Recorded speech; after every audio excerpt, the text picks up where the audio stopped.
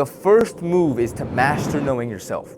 And the first chapter specifically talks about who you want to be. So the first key point in this chapter is the only question that matters. Before you make another move, you need to answer this. Who the hell do you want to be?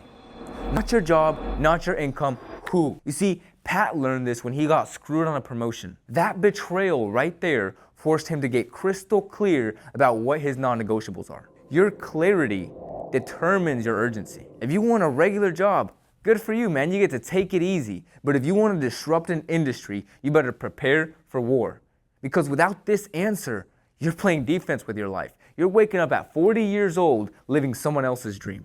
The second point, you need to weaponize your pain. You see, your haters aren't your enemies. They are unpaid motivational coaches. Every person who told you you'll never make it, that right there isn't baggage, man. That is rocket fuel. Keep a list of every single insult, every single doubt. And while others read their bullshit affirmations, you, my friend, you read your hate list. You see, the moment Pat's dad got laughed at during the family function, that shame right there, that built the CEO that you know today. Look at all the greats. Musk's father literally said he would fail. Michael Jordan invited the high school coach who cut him off the team to his Hall of Fame speech. You see, pain-driven motivation is nuclear. Positive thinking is eventually going to burn out, but that pain right there, that pain never stops burning. The third point, live your future truth now. Winners act like winners before they even win. That's not delusional. No, that's the difference between hoping and knowing. IBM's founder said this: decide what your company is going to look like once everything is said and done, and act that way now. The gap between your current reality and your future truth creates the tension required to pull you forward. People follow inevitability, not possibility. Chapter 2 talks about studying yourself like your business depends on it. The first point is the product that matters most. You'll study every competitor out there, but you won't spend 8 hours studying yourself, and that's exactly why you're losing. Some people can handle 300 cold calls a day, 18-hour workdays, but 8 hours alone by themselves answering 83 questions about themselves, that will break most people. But if you do this, you'll begin to see the truth that every problem and every solution starts with you. You see, self-knowledge isn't innate. It's earned through brutal honesty. And the payoff is freedom from self-judgment and clarity that makes decisions obvious. The second point, alignment or misery. You need to pick one. The most dangerous people in business and in life are those who are both extremely ambitious and extremely lazy. Sounds confusing, right? But that combination creates envy that will poison everything. Pat's friend Sean had 12 jobs before age 30. And according to him, every single boss he had was the problem. But the truth?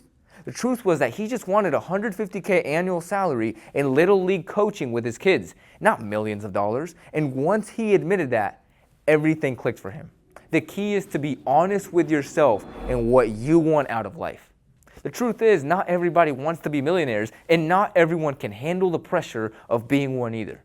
If someone's beating you, you either need to raise your effort or lower your expectations. Anything else is self-torture. Your vision must align with who you are, and your effort must align with your ambitions. Because misalignment, my friend, guarantees misery. And the third point, you either graduate at your why or you die at your level. Are you still motivated by the same things you were 5 years ago? That's not success, man. You're just being stagnant. There are 4 levels to this. The first level is survival. It's your bills. The second level is status. That's when you want to impress people. The third level is freedom, when work finally becomes optional. And the fourth level is purpose. That's your legacy right there. You see, most people hit the status level and they stay there forever. They coast through life and they wonder why they're empty at age 50. Level 2 tactics and level 4 goals guarantee failure. And you see it consistently. Entrepreneurs that hit that freedom stage and they go buy toys, the cars, and the watches, but then they feel hollow inside. It's because they never graduated to finding their purpose. Chapter 3 talks about choosing your path to wealth wisely. The first point, game selection beats talent. You see, winning isn't about being good. It's simply about being good relative to your competition. It's like if a bear was chasing you and four other people, right? You don't necessarily have to be the fastest. You just have to be faster than person number 5. Let's take Pat as an example, right? He saw the insurance industry at the time dominated by 57-year-old white males using outdated methods. You know what his edge was? He was young, diverse, and familiar with social media.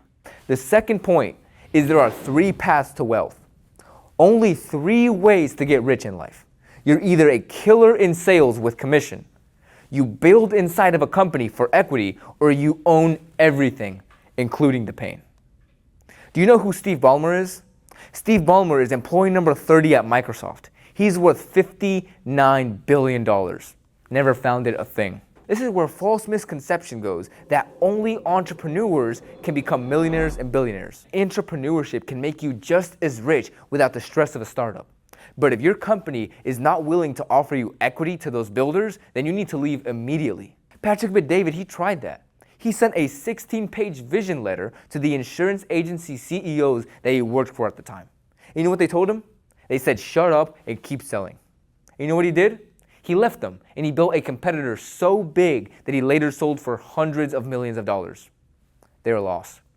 You need to find where your advantages meet weak competition. Because most people fail trying to out-Amazon Amazon. That's not courage, man. That's just stupidity. So your first assignment for move 1, you need to first start by writing your identity declaration. Who exactly do you want to be? Then create that fuel list, those 10 most painful moments that drive you. The third thing is to document your 5-year future truth in the present tense. Then choose your path to wealth. Is it commission, entrepreneurship, or entrepreneurship? And get real with yourself here. Then I want you to list 3 unfair advantages that you have and match those to certain markets that are underserved right now. And then you need to define what exactly you're going to sacrifice for the next 24 months, because that is what it takes to truly become successful. And the last assignment is to identify and cut 3 activities that do not align with your vision. You need to track everything. And by day 30, you'll not only have clarity on who you are, but you'll know exactly what drives you and where you'll win in life. Class dismissed.